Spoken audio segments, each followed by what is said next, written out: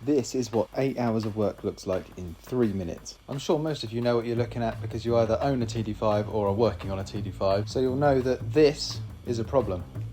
Yep, that's right, that's one of the rocker shaft bolts. It was completely snapped in the head, so it just lifted straight out, no tools required.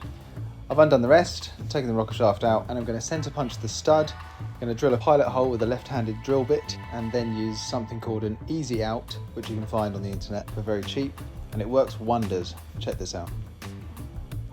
I was so relieved about that. At 1 PM I needed a beer. I used a little tool called a roll head pry bar to get these injectors out.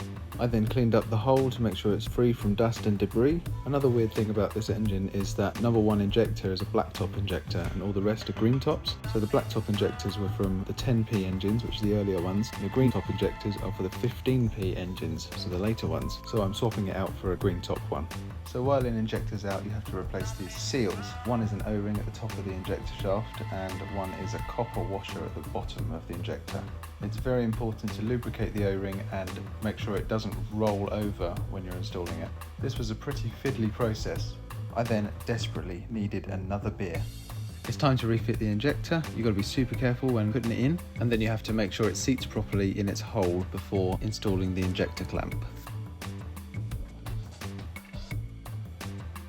The torque for this bolt is 32 Newton meters. I then set about removing the rest of the injectors, but quickly found out why the manual says to remove the fan before doing this job. I didn't manage to get a video of it, but you can see when I'm lifting the injector out, it contacts the cam lobe, which makes it impossible to remove. The fan is pretty easy to remove. You do need a special tool to do that. I used a 36mm spanner that's really thin and a lever bar to counteract the torque that I'm putting on the nut.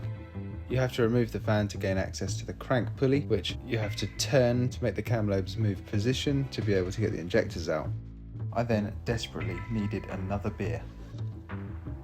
Refit the rocker shaft and then torque down all the bolts equally up to 33 Newton meters, ensuring the bolt holes are free of any debris or oil. Once that was on, I reset the injector lash, which is the clearance between the rockers and the injectors. This is quite a simple process, but I found that this engine was pretty far up tolerance, so it's worth doing.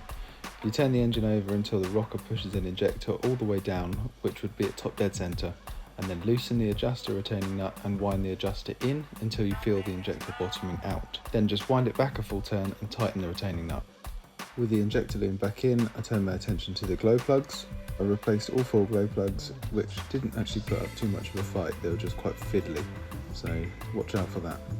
This video took ages to make, so please hit the like and subscribe buttons and leave us a comment to let me know how I did. Cheers.